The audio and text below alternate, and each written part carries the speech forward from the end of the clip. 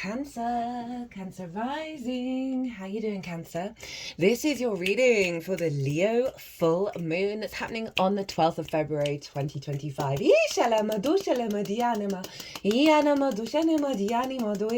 My name's Chloe. I work with card divination, astrology, and as you just heard and as you can see, I channel multi-dimensional energies through my body, both in the form of physical and vocal light language, and all of this brings in healing, attunement, and activation codes to the messages that want to come through in this reading. Now, I work with 6-month cycles, so if you're watching after the event, the energy and the messages that come through in this reading are going to serve you up until the Leo new moon, so you're not missing out on anything. Right, a little bit of housekeeping before we kick off into your reading. Firstly, up until the end of the 12th of February, all private readings are 50% off. The code is Luna50. You can apply that to the checkout if you use my website. If you want to pay by PayPal, email me directly and we'll sort it out.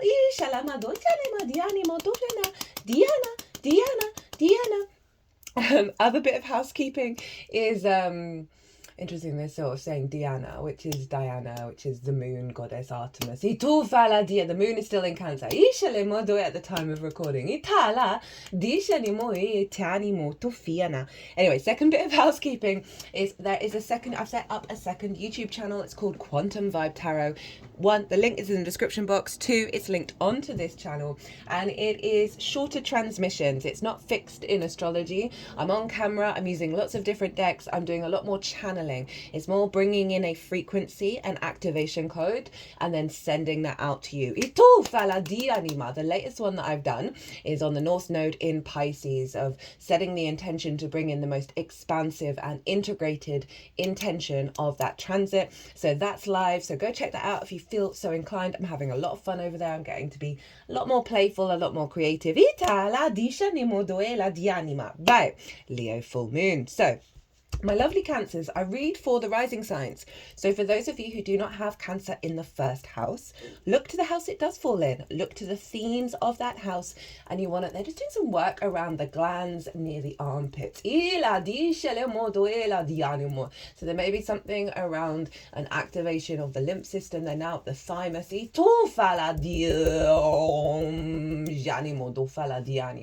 If you've got a speaker, this is something I occasionally do, I should do it more often, is find, I might link it in the description box. I found a good Om chanting frequency video. The Oms sound really legit. And if you play it on your thymus, you put the speaker on your thymus gland, honestly, that will send this very healing energy throughout your whole body. In fact, I'm going to do that today. It's been ages since I've done that. What was I saying? Yeah, rising signs. So for those of you who do not have Cancer in the first house, look to the house it does fall in. Look to the themes of that house, and you want to apply those themes along with all the other meaning you've got going on in the sign of Cancer to the messages that come through, because it will be as if that Cancer energy, wherever it falls in your natal chart, has now energetically moved to the first house. So when I talk about the astrology for the rising sign, it will still link in. You've just got to add on your own natal chart Cancer meaning on top of it. For example, I've got Cancer in the 12th, and I've got my EQ there, and that is your equatorial ascendant, right? So from the middle of the earth. That's quite powerful root energy. So to apply all of that to what comes through here. As always, take what resonates, leave what doesn't. So full moon in Leo for my lovely Cancers. Hi. This is happening in your second house of your skills and your tools, your resources, how you manifest and bring in a regular income, the things that you value, and how you value yourself. Now, that is the most important part, right? If we don't value ourselves truly, madly, deeply, unconditionally, we can then place value in things that then only distort our lack of value, right? As well as, not being, if we're not feeling worthy of receiving regular income at a higher level, then often that can be a core block within us. Or if you're not confident in your skills and tools, it's then difficult to elevate that when you don't love yourself unconditionally. Doesn't mean there isn't things to learn and grow and all of that, but with the root energy of I am love, I am loved by source, it doesn't matter what I do, I am still a body of love. That then means you got more energy to do and evolve and grow with the skills and tools that you have. So full moon in this sign. Before I carry on and go even more into this, right? There is a collective reading. That is always the first reading that goes out. And that's where I've broken down, 5 of Wands. So I'll get to what's going on with the tarot. In the collective reading, I break down the astrology in way more detail of how all the celestial bodies are talking to each other at the exact moment of the full moon. And that forms a harmonic blueprint, a download, a code, that we then work with over the next 6 months. So really get into the weeds of that, pulled a lot of collective tarot cards. The energy of that reading was very high vibrational. It was quite wild. I'm going to be focusing on the houses in this reading. So if you want a deeper understanding, pause this video, go watch the collective, and then come back, because it acts as a baseline of what's showing up here. Now that leads me to the tarot. We just got a jumper come out. Now usually I shuffle for jumpers while I'm talking about the astrology and put them in the respective piles. 10 of Swords, 5 of Wands, big clearing out of conflict and limitations here, my lovely Cancers. So I've decided, and the reason why I'm talking about it is because I feel like this is a great time for everyone to do these kind of things. Jupiter's now direct. We've got the North Node in Pisces, South Node in Virgo, of playing around with unfamiliar forms of messaging, divination, connection to source, synchronicities, right? So as I said, I usually shuffle and get jumpers, and this time I'm just going to be talking about the astrology while I'm shuffling, and cards are going to come out, and they're kind of like the pre-shuffle. They're kind of like the context of what has been going on, right? And then at the end of talking about the astrology, I'm going to cut the deck into 3 and pick cards intuitively from those 3 piles to put here. So I'm pushing into vulnerable spaces. I'm trying new things. It's basically building trust is what it's doing, of like source, your higher self, which is you, communicates with you in every single way. So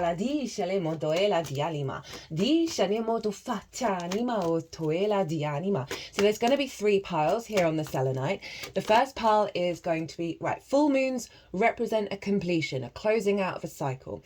And so the 2 cards in pile 1, one of the cards is going to be what shadow work that you've been doing over the last 6 months, what's coming to a close, what cycles closing out in the sort of your reintegration of unintegrated energy.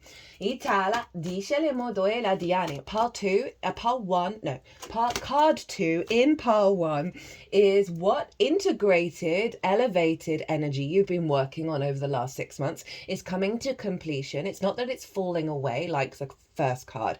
It is simply being embedded within you, right? So you're not necessarily having to put all the work into it because you've connected to that frequency, and this full moon's kind of locking it in. Pile 2 is going to be what's the download, right? I said at the beginning of the video that I work with 6-month cycles, the sun in reverse. This is some big clearing you're doing, Cancer.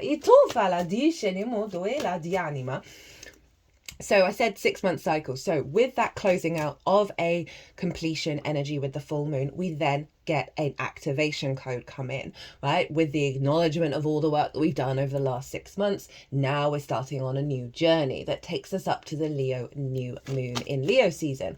So pile 2 is going to be 1 card for what is being activated that you're then going to work with over the next 6 months. Pile 3 is going to be a card to how to work and amplify that intention. We'll also get the cards at the bottom and top of the deck representing the root and crown of the activation of pile 2. As well as I'm going to be using 3 of Wands in reverse. There's a massive clearing around embarking on a new streamline, movement orientated, freedom orientated journey, right? Because they've all been coming up in the more integrated cards have been coming up in reverse, and the more challenging cards have been coming up in the upright. So this feels like a big cleansing. I'm going to use 2 oracle decks, and we're going to do those at the end of the reading. Now back to the full moon in the 2nd house. So shadow aspects that can be closing out, a lack of value of self at the real core energy. frustration, procrastination. That's the 5 of Wands. The sense of limitations around how you bring in regular income, how you manifest, how you value yourself. Itala, you know, the sun is the Leo card that came in reverse.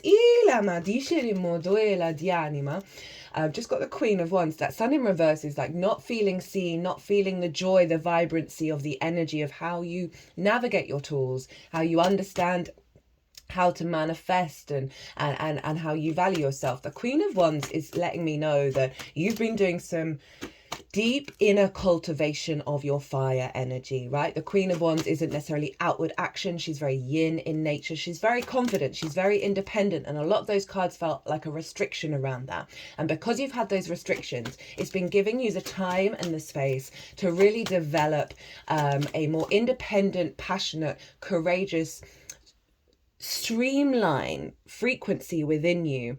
You know, she sits very independently. If you think about the Rider-Waite, it is sort of kind of medieval garb, right? And so she's sitting with her legs wide open, right? No, she's not sitting daintily like a woman would have done in the past. So she's just very, very confident in her independence. She's not bothered, right? So it's really showing me that you've been cultivating a higher level of independence. Got the Queen of Pentacles. They've both been in the upright. Queen of Pentacles is obviously about manifesting and cultivating abundance within you. So I'm really enjoying this pre-shuffle for you, my love. So again, letting go of those restrictions, and the moon represents our intuition, our emotional body, whether our needs are being met or not, and how to give and receive nourishment, right? So a falling away of your intuition guiding you towards things that distort your sense of value.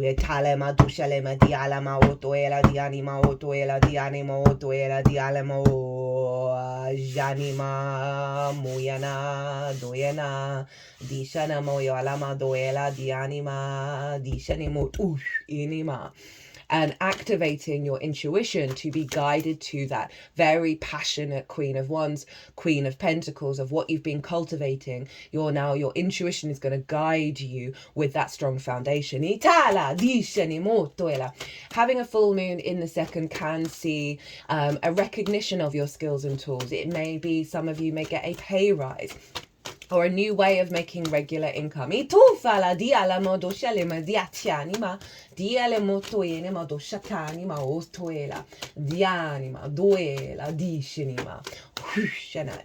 I'm feeling called to talk about the Mars retrograde.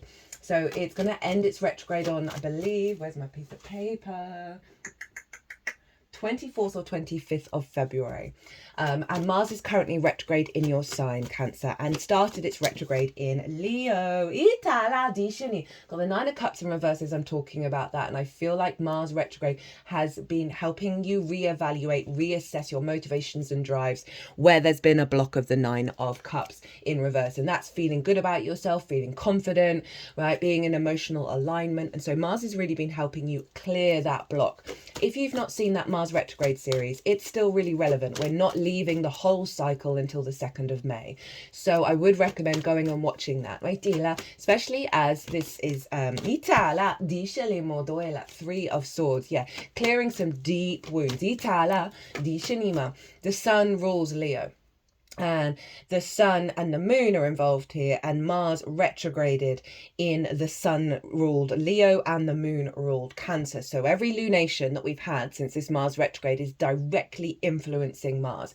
And obviously Mars is in your sign. So this is a huge shift. Mars retrograde's the least out of everyone. So if you've not seen that transit, I thoroughly recommend you go and watch it, because I'm feeling this build up of the martial energy, of your capacity to take action that's really in alignment with that Queen of Wands Queen of Wands. I'm going to dig her. If she doesn't come up in the main energy, I'll bring her through. Just to show you the imagery. Now, the sun is over in Aquarius. No way. Here she is. She was like, all right, babe, I'll come out for you. Here we go. Look how she's sitting. No other queen sits like that.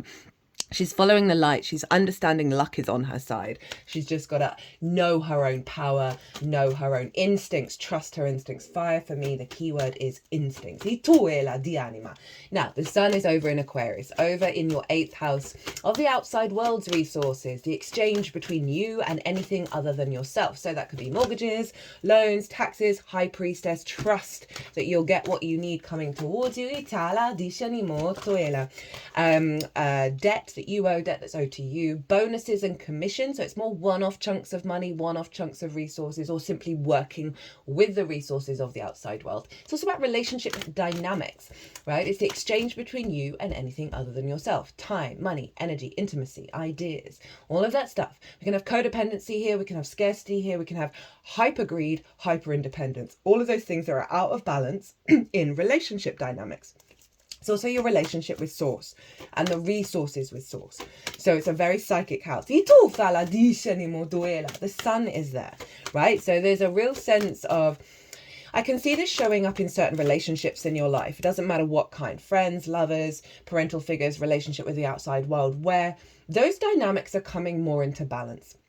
And there's a sense of being seen, the sense of reciprocity that's coming through. There's a sense of people or the outside world appreciating your skills and tools, of valuing you, and you seeing that show up in the dynamics that are coming through. I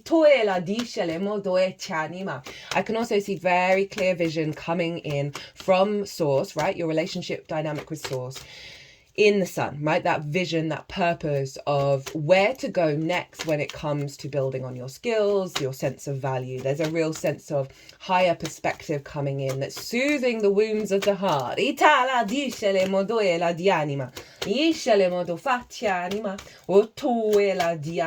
Cancer, you've got a very cool reading with the Aquarius new moon. I do remember, I can't remember why, but I am getting that, I'm remembering it, so I'm going to bring it up. So you might want to go back and watch that Aquarius new moon transit.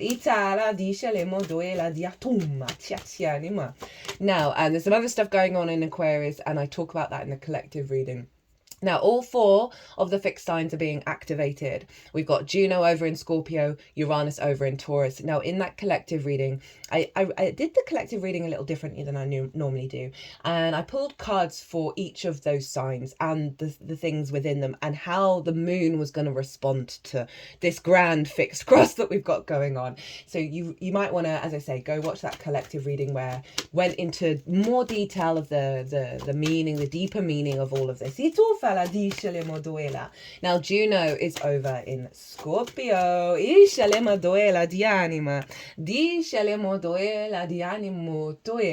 Got the Queen of Swords in reverse, and this feels like you're already open to receive. You're not feeling like you're stuck in the clouds anymore when it comes to your creation energy. It feels like there's a breakthrough energy. Your 5th house is the creation. It's the house of joy. It's pleasure, games, amusement, children, both literal and figurative, as your inner child, or creative things you birth into the world, romance, dating, and love. But it's your creation, and it's how you create, right? And pleasure isn't just about romance. We need to find it everywhere. So Juno's been moving through there. Juno represents commitment. You're ride or die. You're just in. There's no questioning it, right? So when Juno transits a house, she reorientates your commitment to that house back to the truth of you. So they may have noticed certain things, old habits, old paradigms. We get a lot of addiction in the 5th house because of the inner child, right? The hyperstimulation, the hyper overwhelm of all the fun things to do. The Juno's helping us let go of some core emotional wounds here in the Sun of Scorpio, and allowing us to reconnect. Know thyself, and the world will open up to you, to the truth of how you create, right? Very stripped bare, pulled back, and recommitting to that connection to your creation energy.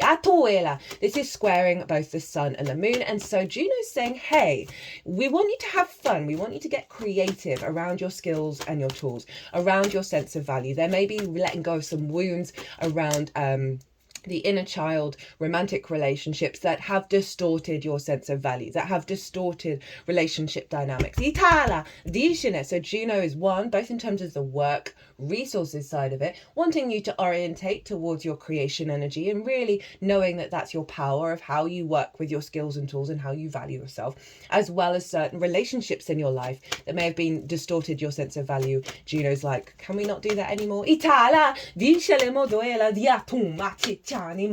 Now, Uranus is over in Taurus, in your house of good spirits, the 11th house of hopes and dreams, friends, groups and alliances, and reaping the benefits from your 10th house, which is your life path career. Now, Uranus went direct just after the Aquarius new moon. Uranus is the great liberator, the path clearer, the breaker of chains. Uranus is the oddball of the solar system. It wants you to get confident and comfortable being your unique self, right? And not conforming, not worrying what society thinks of you in the best possible way. Very inventive, very kind of galactic energy, very future thinking, sudden bright ideas, sudden shifts, sudden changes. And Uranus is in that hopes and dreams. So Uranus is wanting you to be uniquely yourself in bigger groups, wanting you to walk your own path when it comes to your understanding of what you're reaping from the 10th house, right? So sometimes that can be material, but other times Uranus is like, hey, let's find some other resources, some other sort of more galactic energy. So it may be in the etheric realm, it may be in your aura that's being reshifted around being able to receive in the 3D, but it's doing it in the sort of the other formations of reality before it comes through in the 3D. Really allowing you to have the confidence to go your own way when it comes to your hopes and dreams. And this is squaring the sun and moon as well. So there may be something that happens in a group over the next 6 months. There'll be sudden shifts and changes that helps really lock in your own sense of value, whether there's people appreciating what you do, your unique way of being, or the work that you do is taking you and your creativity and the connection to source out on the road into groups.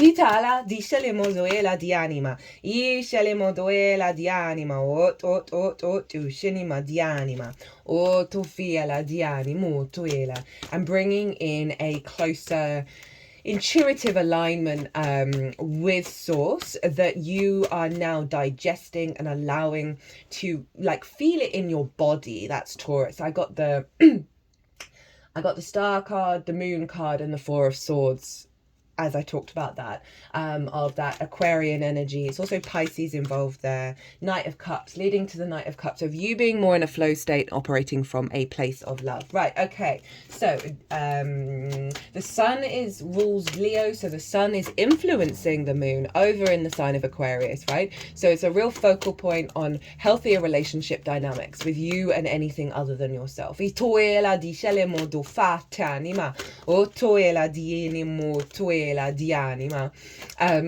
Saturn traditionally rules Aquarius, which is what I work with, and so we want to look to where Saturn is, and Saturn's over in Pisces, so we got the moon card come out. So Saturn is influencing the sun and therefore influencing this moon, and Saturn's over in your 9th house of perspectives. We got the 7 of Wands in reverse, no longer doubting your own value and knowing your power. So Saturn's wanting you to get mature and committed to your perspectives. It's going to be knocking down perspectives that don't serve you for the next 30 years in order for you to get closer to your integrity, your commitment, understanding cause and effect, the legacy of those perspectives and how they're going to unfold and serve you in the 3D incarnation.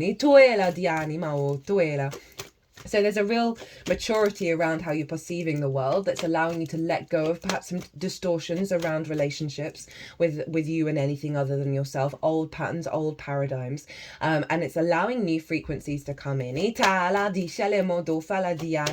That's having a knock-on effect of how you value yourself. This also can be people seeing you as a mature energy around your perspectives that may lead to more reciprocity and therefore more income, right? don't always like to focus on the income, but it just might mean there's a sense of confidence within the skills and tools that you have that's leading to a knock-on effect of reciprocity with the outside world. Jupiter traditionally rules Pisces. Where's Jupiter? Well, Jupiter's over in Gemini, your 12th house, your hidden house, your house of mysteries. The unconscious spaces, things going on behind the scenes, the occult. Kafka had stellium in the 12th, worked at a legal lawyers, but behind the scenes he wasn't in front of house, and he did a lot of his writing there. So that's sort of an example of a 12th house energy. But we can get anxiety, depression, loss, grief, isolation there, because it's the unconscious spaces, and in those unconscious spaces are trauma responses, limiting beliefs, and distorted love languages. I do know I'm talking very fast, but I want to get as much information out as possible. Underneath all of that is the magic of your soul. If you've not seen the Jupiter in Gemini transit series, my lovely Cancers, I do recommend it. Having Jupiter go through the 12th is a powerful and profound transit, which you won't have for another 12 years. This is giving you the wisdom, the space, the elevation to integrate the distortions in the 12th and elevate the magic of your soul, feeling more confident within yourself when it comes with dealing with sort of mental health issues. So that transit's still live. When does Jupiter move? 8th or 9th of June. It moves into the sign, into your sign, into the sign of Cancer, and it loves being in Cancer. It's its favorite sign to be in. It's exalted in Cancer. So that's a really lovely transit, but I would recommend checking out the Jupiter in Gemini transit, simply because it's going to help bring you some more bigger perspective and more wisdom. Anyway, Jupiter is saying, hey, right, these unconscious responses, these limiting beliefs, these distorted love languages, I'm integrating them, I'm expanding, I'm finding a deeper wisdom, a deeper knowing in those unconscious realms of connections to the magic of your soul, and bringing it into the perspectives, right, of like shedding the skin. We're in the year of the wood snake, and the year 9, right, completion, shedding of an old cycle. So really harness the energy this year. I cannot stress enough, I've been saying this in the last couple of transits, the soul retrieval work that we do this year is going to be profound, beyond, this year is a year to do the work. It really will be worth it. Trust and believe. I know it's relentless. I know it's all the time, just generally anyway. But the commitment to the past. Get the 2 of Cups as I'm talking about that, right? Integration of self, being open to give and receive. Anyway, Jupiter's influencing Saturn, therefore influencing the Sun, therefore influencing the Moon. That Knight of Cups again, that's a big theme for you, my loves. Mercury rules Jupiter, and Mercury is over in the sign of Aquarius. So we've got a feedback loop here coming back, a real focal point on the 8th house, which is probably why I've said go watch that Aquarius new moon transit if you've not seen it already, because it is bringing you back into a higher union with the reciprocity of the outside world. And that Knight of Cups keeps showing up, so that's a real sense of let's focus on the love, let's follow the love, let's follow our intuition. Dishelemo doela dishinima do shenima dishinimo ot shenima dialama dishanima ot inima dishanimo tofina dishinimo tuinima dianima. Right, okay, so let's get into it. Let's get into the tarot. So remember, we've got one card that's the shadow, and one card that is the integrated energy that we're doing. So the shadow side that we're clearing out is the King of Swords in reverse. Now the King of Swords is Aquarius, so that's so funny because I felt really cool to bring in that Aquarian energy. Is being able to see clearly, to have a clarity of thought and have the confidence to act on it. Right? And really be in your power around knowing your own value. This is like the block of not knowing your own value, the block around the clarity in which you manifest, the block around the clarity of taking the command of taking action around your skills and your tools. So that's and again, it's bringing in the Aquarius energy, so it's kind of highlighting that there's perhaps a core wound around reciprocity and being received and being seen, right? Leo, one of the sides of Leo that it can struggle with is not being seen. And so often that's why you'll see Leo energy when it sort of gets older and goes through life, that if it wasn't seen as a child, it can then take up all the light in the room, like the big ego energy, the look at me, look at me, look at me, look at me. And the trick with Leo is, I say this, I've got my Venus, Mercury, and Mars and my ascendant all in Leo. It took me a while to get there, of being able to see yourself clearly and see your light and not externalize that light to the outside world. And this feels like a block around your light, right? Aquarius is opposite the sun sign. So it's really far away from the sun. It's really far away from that Leo energy. And with oppositions, they can feel really far away from each other, but inherently they are two sides of the same coin, and there's an infinity symbol between every opposition. You've needed to go through a certain stage of being blocked and working through this shadow aspect, because it's getting you more into your power, right? And not externalizing it to the outside world. And really remember that Queen of Wands. I don't know what these cards are, so we'll see if she shows up again. So what you're integrating, right? What's the more integrated energy you've been working on over the last 6 months that's now kind of embedded in your frequency? And we get the Fool. We get the lovely Fool. Now the Fool operates from the heart space, right? Its chest is leading it off the cliff, right? It knows a new reality is going to appear when it takes that leap, that trust in the unfolding of the universe, right? The Fool has left the village, has left the conditioning, right? Perhaps the Fool felt like it wasn't seen by the village, so went out in the world and lived its own life, right? But it is about the releasing of the conditioning, a releasing of the confines of the old paradigms. And the Fool goes out into the world and wants to experience everything, the good, the bad, the beautiful, and the ugly. It's so curious and open-hearted. All it sees is the purity of the universe, right? The poetry in motion that is life. The good, the bad, and the ugly, right? So this is a new adventure, and it's the beginning of the minor arcana. It's one of the most positive cards. The sun is pushing it forwards. It's got that mountain range, biggest mountain range in tarot. Mountain ranges represent a higher perspective, that you are letting go of the shackles. Remember, a lot of those difficult cards came up, and then there was a real shift that happened in the cards. That 5 of Wands, that 10 of Swords, the sun in reverse, right? Real blocks around the Leo energy. This is a renewal of your energy. You've had to go through perhaps some restrictions, some limitations with the outside world that's really got you back to you and how you feel from your heart. Leo rules the heart.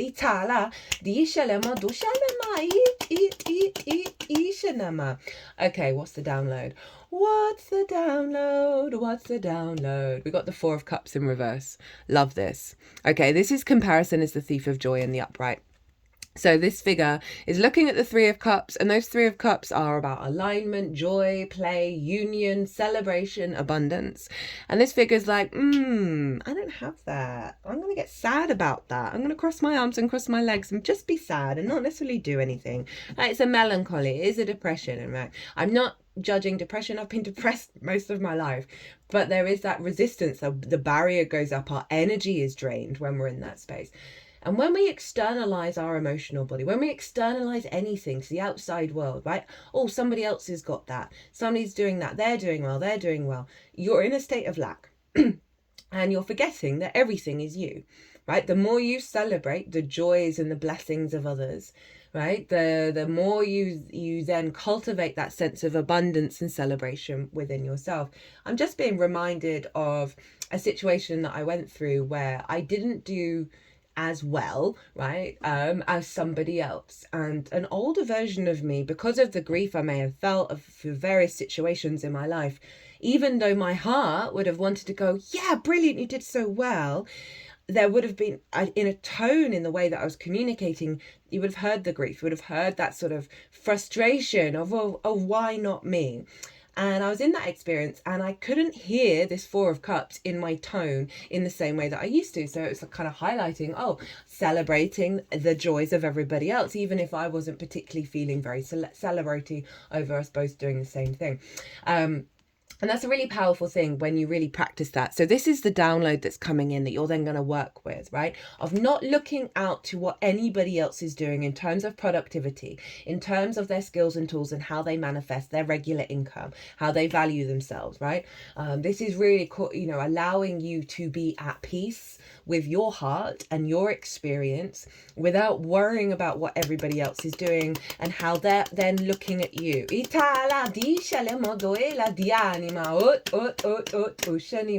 a real step on from that Queen of Wands, of that cultivation, of the strength of character, of not falling into that Four of Cups, right? Again, comparison is the thief of joy. The Leo energy can very much be about joy, that sort of open-hearted energy of allowing you to move through the world without diminishing the abundance within yourself. And also honoring your own path that is unique to everybody else's.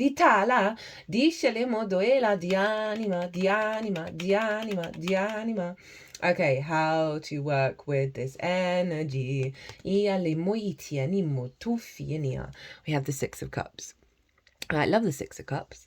Now, the Six of Cups is making peace with the past. It follows the Five of Cups, which is all about grief. So it's interesting I brought in a story that mentioned grief, of old patterns.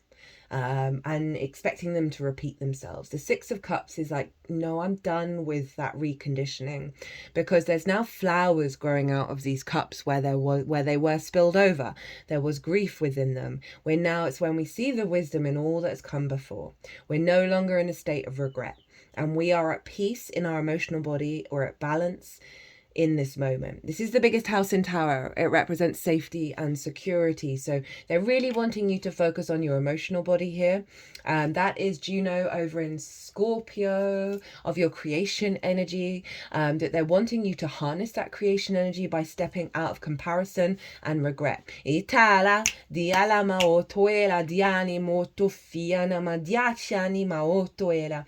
this can be about old relationship dynamics, as I said before. Jupiter over in the unconscious realms, really doing you a solid of integrating and elevating those unconscious responses from the past, right? Our conditioning. And so this is coming through very clearly in this, because remember, the Fool is being integrated. You have a new energy come in, right? And now to amplify both this and this, it's about coming into a state of peace and exploration. Right, let's see what's at the bottom for the root energy of this activation and the crown for the top. So,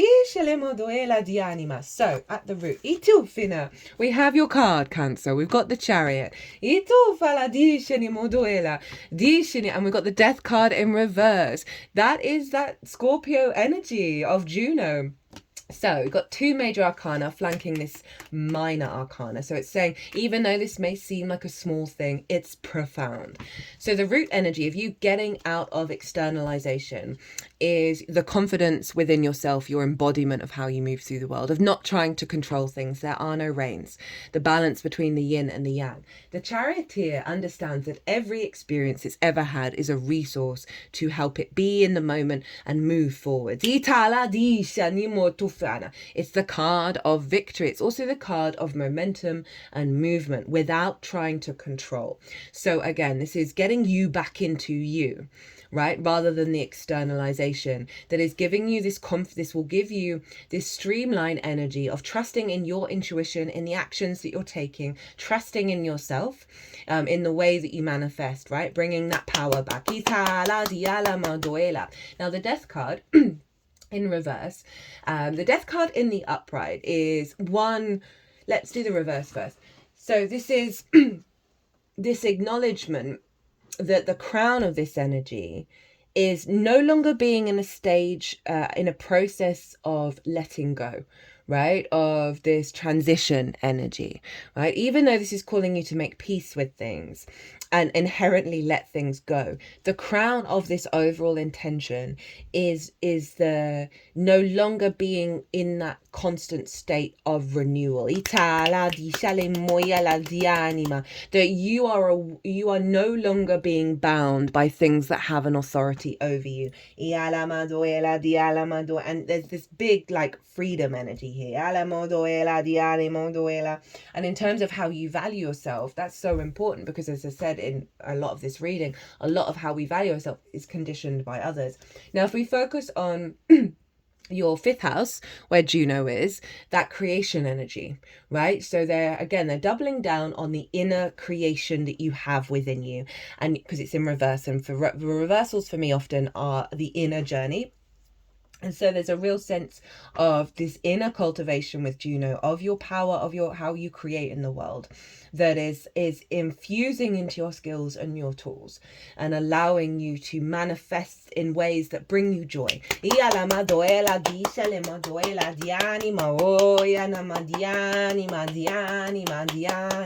it's not that you're not going to do creative things outwardly, but the main theme of this transmission is that the power of your creation energy, again, things aren't having a hold over you, right? Old relationships, old inner child stuff, that authority, that conditioning is falling away and allowing you back to yourself, right? The Chariot. Right,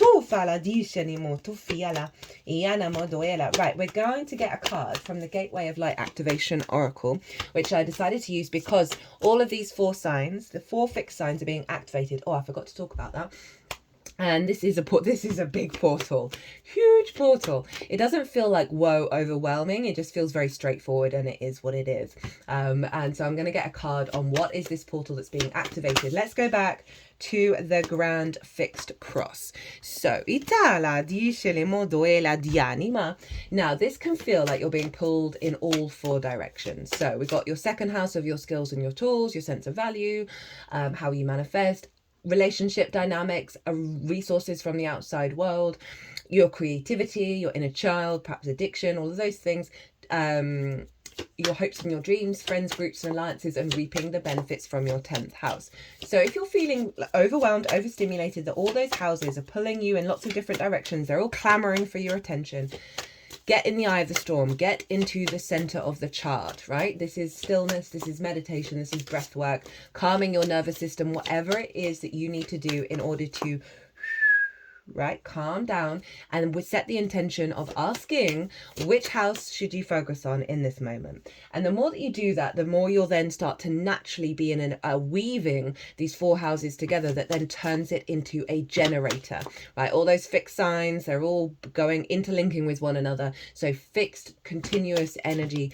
There's basically like 4 massive batteries that are creating a generator over the next 6 months. But we can get overwhelmed. There can be conflict and drama and frustration. Trust that if this is happening, it's helping you figure out what does that mean to you, as well as being released, as well as letting you know where there's friction in order to create, right? In order to build and manifest. Because we're dealing with squares and oppositions here, right? The Uranus and Juno are squaring the sun and the moon. Uranus and Juno are opposite each other. The sun and the moon are squaring Uranus and Juno, and they're opposite each other. Oppositions and squares are ruled by Saturn and Mars, respectively. They are hard aspects, but they are the aspects in which we build in the 3D world. So trust in the process, trust in the challenges. Be objective, use that Aquarian energy, find the inner wisdom, and roll. Right, what is your portal? Ooh, Dishana. She doesn't come out very often. Hi, Isis.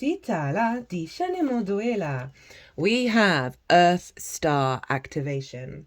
Anchoring grounded action, Isis energy.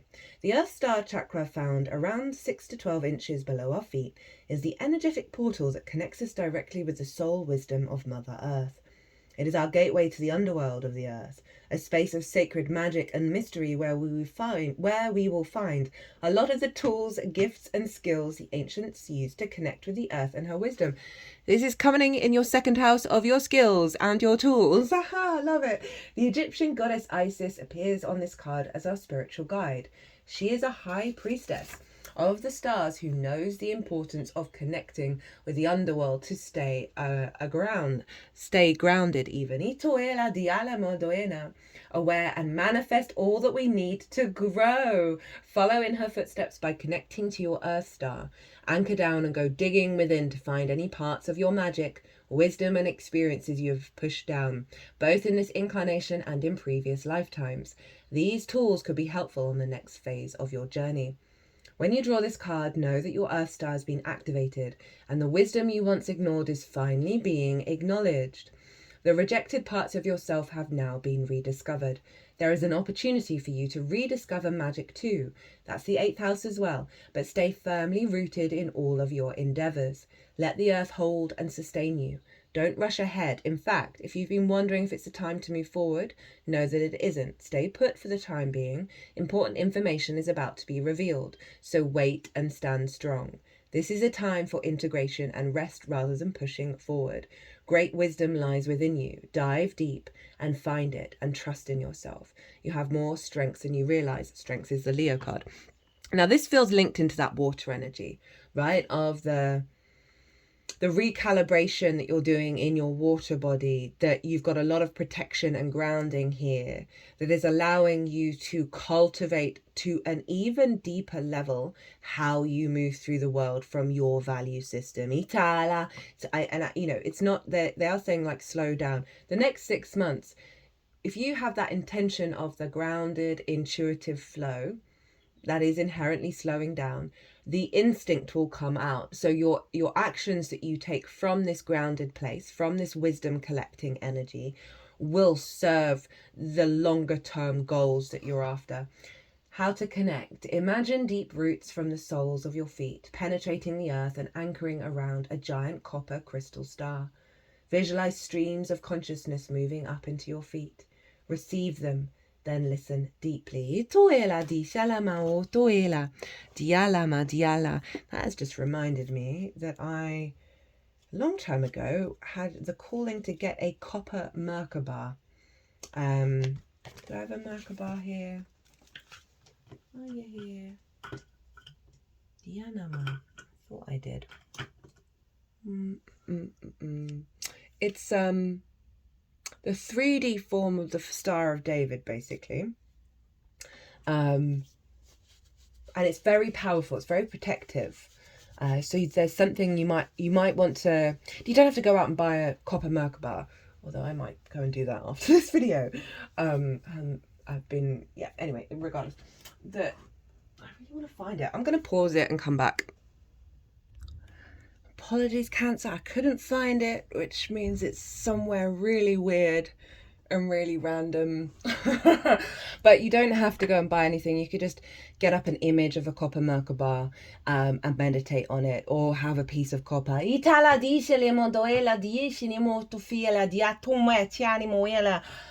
found you. I knew it was on here. I mean, this is one that's, I believe it's black tourmaline in some orgonite, which is a resin which amplifies the energy, and it means it never needs to be cleansed. It's always vibrating at this high level. So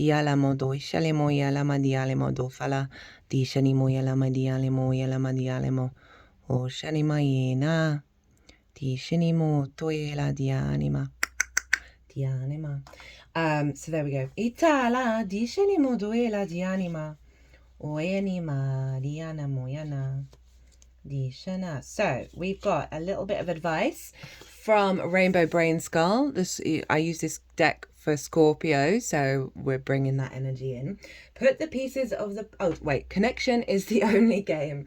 Put the pieces of the puzzle together. Instead of worrying about the million things that need to get done, focus on the one common thread between them, your ability to make things happen. Again, it's not externalizing, it's not the to-do list, it's not the worrying, it's getting back to your energy and like releasing the cage that all those expectations can have, that allow you to understand your power of manifestation, basically. Love that. Right, we're going to do a quick little cut the deck and see where these cards would go, because that's what I do when I close out the video, and sometimes I'm like, whoa, I wish I hadn't shut the video off. I wish they'd seen what these were.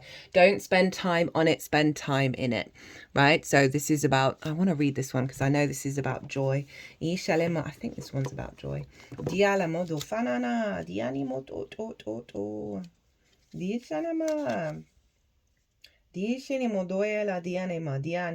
Reading and research will only take you so far. Being in the field can offer a greater understanding than textbooks. Go out and get your hands dirty. Play around with skills and tools. You're going to get new inspiration that comes in. And it's okay to not be perfect. It's okay to not get it right straight away. They're just wanting you to play and explore the unfolding of what's happening. As you reconnect back to your values and how you value yourself at a deeper level, it's going to open up doors and portals that is more in alignment with that truth rather than what you may have been focusing on. Right, where's the Earth Star? Venusian Galactic Council, Star Being Guides, answer the call, time to shine. And at the bottom of the deck, we've got Higher Heart Activation, dropping shields, divine love, your heart is healed. So what was the Venusian one again? I rushed through that real quick. Yeah, so the call of the self, right? The call of your frequency, that's linked more into your multidimensional energy rather than the conditioning of the 3D world. Well, Cancer, I'm going to leave it there. This is the longest one yet, I believe. That was fun. I really enjoyed doing that reading. 50% off all private readings. Check out the link. Check out the code in the description box. Up until the end of the 12th, which is the day of the full moon. Other than that, my loves, be good to yourselves, be good to those around you, safe travels, and be well until we meet again.